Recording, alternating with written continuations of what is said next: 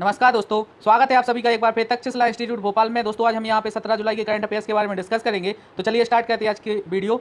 यहाँ पे first news दी गई है दोस्तों, बिदुन आया जी होंगे तुर्कमेनिस्तान में भारत के नए राजदूत। तो दोस्तों इन्हें याद रखना कौन होंगे, तो बिदुन आया जी तुर्कमेनिस्तान में भारत के नए राजदूत के रूप में नियुक्त किए गए हैं। दोस्तों तुर्कमेनिस्तान की राजधानी अशगाबत है या अस्काबत भी इसका नाम है दोस्तों। मनात यहाँ की मुद्रा है, तो इसके बारे में याद रखना कि तुर्कमेनिस्तान में बिदुन आया जी भारत के नए राजदूत नियुक्त किए गए हैं और तुर्कमेनिस्तान की राजधानी अशगाबत और यहाँ की मुद्रा है मनात। इसके बारे में याद रखना दोस्तों। हम नेक्स्ट न्यूज़ देखते हैं। यहाँ पे नेक्स्ट न्यूज़ दी गई है दोस्तों, विक्रम दुरईस्वामी को नियुक्त किया गया है बांग्लादेश के नए राजदूत के रूप में। तो दोस्तों याद रखना विक्रम दुरईस्वामी जी को अभी अभी बांग्लादेश में भारत के नए राजदूत के रूप में नियुक्त किया गया है। तो इसके बारे में याद रखना दोस्तों कौन है, तो विक्रम दुरईस्वामी। और दोस्तों बांग्लादेश की राजधानी क्या है, तो ढाका है और यहाँ की मुद्रा क्या है, तो टका है। तो इसके बारे में याद रखना, ढाका यहाँ की राजधानी और टका यहाँ की मुद्रा है। चलिए हम नेक्स्ट क्वेश्चन देखते हैं दोस्तों। नेक्स्ट क्वेश्चन दिया गया है, रेलवे ने सुरक्षित यात्रा सुनिश्चित करने के लिए पोस्ट कोविड कोच का निर्माण किया है। तो दोस्तों याद रखना अभी हाल ही में सुरक्षित पोस्ट कोच का निर्माण किसने किया है, तो भारतीय रेलवे ने किया। तो इसके बारे में याद रखना, इसका नाम क्या है, तो पोस्ट कोविड कोच। इसके बारे में याद रखना। हम देख लेते हैं आगे। भारतीय रेलवे ने कोविड-19 वायरस के संक्रमण फैलने से रोकने के लिए एक नया अत्याधुनिक सुविधा से लेस पोस्ट कोविड कोच विकसित किया है। इसे भारतीय रेलवे की उत्पादन इकाई रेल कोच फैक्ट्री कपूरथला में बनाया गया है दोस्तों। तो इसके बारे में याद रखना कि इसका नाम क्या है, पोस्ट कोविड कोच, और इसे कहाँ बनाया गया है, तो कपूरथला की फैक्ट्री में बनाया गया है। तो ये रही हमारी नेक्स्ट न्यूज़। जैसे देख लेते हैं हम दोस्तों, अभी हाल ही में हैदराबाद के आइकॉनिस ने स्वच्छता पखवाड़ा का आयोजन किया है। तो दोस्तों इसके बारे में याद रखना किसने, तो हैदराबाद के आइकॉनिस ने स्वच्छता पखवाड़ा जारी किया है। तो इसके बारे में देखते हैं दोस्तों हम आगे। यहाँ पे दिया गया है, हैदराबाद स्थित भारतीय राष्ट्रीय महासागर सूचना केंद्र द्वारा स्वच्छता पखवाड़ा का आयोजन किया गया है और आयोजन के दौरान लोगों को मिशन के उद्देश्यों के बारे में जागरूक करने और खुले में शौच से मुक्त होना, ठोस एवं सरल कचरे के कुशल प्रबंधन आदि के बारे में बताया जाना एवं लोगों को जागरूक करना इसका उद्देश्य रहेगा दोस्तों। तो स्वच्छता पखवाड़ा किसने जारी किया है दोस्तों, तो भारतीय राष्ट्रीय महासागर सूचना केंद्र या आइकॉनिस ने इसे जारी किया है दोस्तों। तो इसके बारे में याद रखना कि इसका नाम क्या है, तो स्वच्छता पखवाड़ा भारतीय राष्ट्रीय महासागर सूचना केंद्र या आइकॉनिस के द्वारा इसे प्रारंभ किया गया है दोस्तों। चलिए हम नेक्स्ट न्यूज़ देखते हैं। नेक्स्ट न्यूज़ भी दोस्तों हैदराबाद से, इसके बारे में देखते हैं। हैदराबाद एयरपोर्ट पर बनाई गई है भारत की पहली संपर्क रहित कार पार्किंग। तो दोस्तों याद रखना इसके बारे में कि भारत की पहली संपर्क रहित कार पार्किंग कहाँ पे बनाई गई है, तो ये बनाई गई है हैदराबाद एयरपोर्ट पे। इसके बारे में देखते हैं दोस्तों। GMR हैदराबाद इंटरनेशनल एयरपोर्ट में कोविड-19 के बीच सुरक्षित हवाई अड्डा प्रदान करने के लिए भारत की पहली पूरी तरह से संपर्क रहित एयरपोर्ट कार पार्किंग की शुरुआत की गई है। तो दोस्तों इसके बारे में याद रखना। चलिए हम नेक्स्ट क्वेश्चन देखते हैं। यहाँ पे नेक्स्ट न्यूज़ दी गई है दोस्तों, अभी हाल ही में ट्यूनेशिया के प्रधानमंत्री एलिस फाक ने अपने पद से इस्तीफा दे दिया है दोस्तों। तो इनके बारे में याद रखना कौन है ये, तो एलिस फाक ये कहाँ के, तो ट्यूनेशिया के प्रधानमंत्री थे। इन्होंने अभी हाल ही में इस्तीफा दे दिया है। तो इनके बारे में देखते हैं।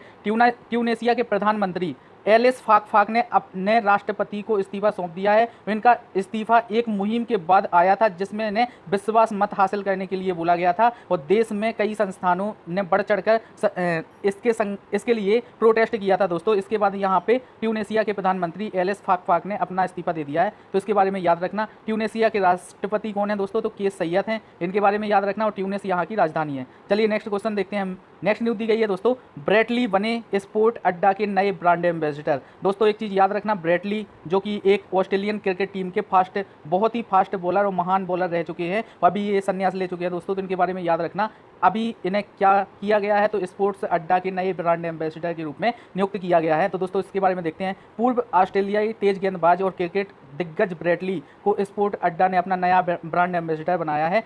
तो इनके बारे में याद रखना। और यह क्या करती है, तो स्पोर्ट अड्डा एक भारतीय समाचार एवं सूचना प्लेटफॉर्म है। तो इसके बारे में याद रखना, जो क्रिकेट, फुटबॉल और कबड्डी से जुड़ी सभी ताज़ा जानकारियों को अपडेट करता है। तो इसके बारे में याद रखना दोस्तों कौन, तो स्पोर्ट अड्डा। ये दोस्तों ये रही नेक्स्ट न्यूज़, जिसे देख लेते हैं। अभी हाल ही में ADB ने अशोक लवासा को अपने नए उपाध्यक्ष के रूप में नियुक्त किया है दोस्तों। तो उनके बारे में याद रखना, एशियन डेवलपमेंट बैंक ने ADB ने अभी हाल ही में अपने नए उपाध्यक्ष के रूप में अशोक लवासा जी को नियुक्त किया है। तो उनके बारे में देख लेते हैं। एशियन विकास bank ADB Asian Development Bank द्वारा मौजूदा चुनाव आयुक्त अशोक लवासा को ADB के नए उपाध्यक्ष के रूप में नियुक्त किया गया। तो इनके बारे में याद रखना, और इन्होंने दिवाकर गुप्ता जी का स्थान लिया है दोस्तों। तो इनके बारे में याद रखना। हम देखते हैं यहाँ पे ADB के जो अध्यक्ष हैं वो कौन है, तो मात्सुगु अस्काबा है। इनके बारे में याद रखना। और जो ADB का मुख्यालय है वो है फिलीपींस की राजधानी मनीला। तो दोस्तों इसके बारे में याद रखना कहाँ पे है, तो फिलीपींस की राजधानी मनीला में है। और इसकी स्थापना 19 दिसंबर 1966, 19 दिसंबर 1966 में हुआ था दोस्तों। तो इसके बारे में याद रखना कि इसकी स्थापना कब हुई थी, तो 1966 में। चलिए दोस्तों, ये रही नेक्स्ट न्यूज़, जिसे देखते हैं। अभी हाल ही में रक्षा मंत्रालय ने सभी सशस्त्र बलों को उनके सैन्य सामग्री खरीद के अधिकार प्रदान किए हैं। तो दोस्तों इसके बारे में याद रखना कि अभी हाल ही में सभी सैन्य सामग्री खरीदने के लिए सभी सशस्त्र बलों को अनुमति प्रदान कर दी है। किसने? तो रक्षा मंत्रालय ने। इसके बारे में याद रखना। हम देखते हैं, रक्षा अधिग्रहण परिषद द्वारा सशस्त्र बलों को सैन्य सामग्री खरीदने के लिए अधिकार प्रदान कर दिए गए हैं दोस्तों। यह निर्णय मंत्री राजनाथ सिंह, रक्षा मंत्री राजनाथ सिंह की अध्यक्षता में आयोजित रक्षा प्राधिकरण परिषद अधिग्रहण परिषद की विशेष बैठक के दौरान लिया गया है दोस्तों। तो इसके बारे में याद रखना। चलिए दोस्तों, ये नेक्स्ट न्यूज़, जिसे देखते हैं। अभी हाल ही में वेद प्रकाश दुदेजा जी को infra business leader of the year से पुरस्कृत किया गया है। तो दोस्तों याद रखना, किसे infra business leader of the year से सम्मानित किया गया अभी हाल ही में, तो ये वेद प्रकाश दुदेजा जी को किया गया है। तो इनके बारे में याद रखना। हम देख लेते हैं दोस्तों, rail infra and mobility business digital award द्वारा वेद प्रकाश दुदेजा जी को साल 2020 के प्रतिष्ठित infra business leader of the year से पुरस्कृत किया गया है दोस्तों। इनके बारे में याद रखना। और ये अभी वर्तमान में क्या है, तो रेल भूमि विकास प्राधिकरण के उपाध्यक्ष हैं दोस्तों। कौन? तो वेद प्रकाश दुदेजा जी रेल भूमि विकास प्राधिकरण के उपाध्यक्ष हैं। तो इनके बारे में याद रखना, इन्हें क्या मिला है, तो infra business leader of the year. चलिए हम नेक्स्ट न्यूज़ देखते हैं दोस्तों। नेक्स्ट न्यूज़ दी गई है, अभी हाल ही में चीन ने AP-6D दूरसंचार उपग्रह को सफलतापूर्वक प्रक्षेपण कर दिया है इसका दोस्तों। इसके बारे में याद रखना कि AP-6D अभी हाल ही में जिसका प्रक्षेपण किया गया है, एक किस देश का है, तो दोस्तों ये चीन का है। तो इसके बारे में याद रखना, एक दूरसंचार उपग्रह है। तो इसके बारे में याद रखना। हम देखते हैं, चीन ने जीचेंग सैटेलाइट लॉन्च सेंटर से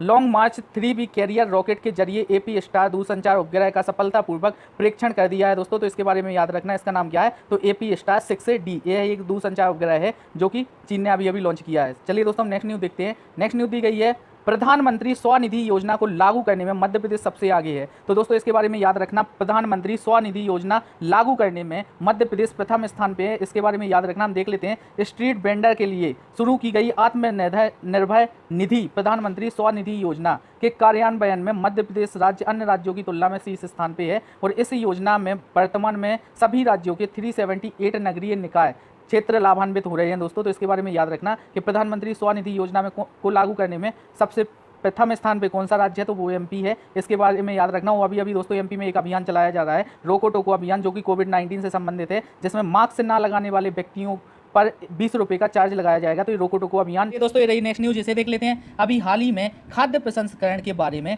भारत इटली व्यापार मिशन के डिजिटल सम्मेलन का आयोजन किया गया है। तो दोस्तों इसके बारे में याद रखना कि अभी हाल ही में भारत ने खाद्य प्रसंस्करण के बारे में किस देश से सम्मेलन आयोजित किया है अभी, तो दोस्तों ये किया है इटली के साथ। तो इसके बारे में याद रखना, खाद्य प्रसंस्करण के बारे में भारत इटली व्यापार मिशन के डिजिटल सम्मेलन का आयोजन किया गया है। इसके बारे में देखते हैं, हाल ही में खाद्य प्रसंस्करण के बारे में भारत इटली व्यापार मिशन डिजिटल सम्मेलन का आयोजन किया गया और इसमें केंद्रीय खाद्य प्रसंस्करण उद्योग मंत्री हरसिमरत कौर ने डिजिटल सम्मेलन का उद्घाटन सत्र को संबोधित किया है दोस्तों।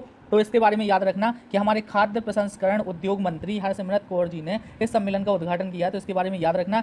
और दोस्तों एक चीज़ और यहाँ पे पहले तो देख लेते हैं कि जो इटली की राजधानी है वो क्या है, रोम है। और यहाँ के राष्ट्रपति कौन है, तो दोस्तों सर्जियो मटारेला है और यूरो यहाँ की मुद्रा है। तो इनके बारे में याद रखना, सर्जियो मटारेला यहाँ के राष्ट्रपति है। दोस्तों एक चीज़ और यहाँ पे याद रखना कि भारत एक कृषि प्रधान देश है, ऐसे ही इटली भी एक कृषि प्रधान देश है, इसलिए भारत के जैसा ही देश कहा जाता है इसे। और जैसे ही भारत में एक नदी है गंगा, तो वहाँ पे भी इटली की एक नदी है जिसका नाम है पो, तो इसे इटली की गंगा के नाम से जाना जाता है दोस्तों। किसे, तो इटली की एक नदी है जिसका नाम है क्या, पो। तो पो नदी को इटली की गंगा के नाम से जाना जाता है दोस्तों। तो इसे भी याद रखना। चलिए हम नेक्स्ट न्यूज़ देखते हैं। नेक्स्ट न्यूज़ इसे देख लेते हैं। अभी हाल ही में AAI airports authority of India और BEL भारत इलेक्ट्रॉनिक लिमिटेड ने नागरिक उड्डयन क्षेत्र में सहयोग करने के लिए एक समझौता किया है दोस्तों। तो इसके बारे में याद रखना, किसने, तो airports authority of India AAI और BEL भारत इलेक्ट्रॉनिक लिमिटेड के बीच एक नागरिक उड्डयन क्षेत्र में सहयोग के लिए एक समझौता हुआ है दोस्तों। तो इसके बारे में देखते हैं। भारतीय विमानपत्तन प्राधिकरण और रक्षा क्षेत्र के सार्वजनिक उपकरण भारत इलेक्ट्रॉनिक लिमिटेड के बीच एक समझौते ज्ञापन पर हस्ताक्षर किए गए दोस्तों। हमारी नेक्स्ट न्यूज़ जैसे देख लेते हैं।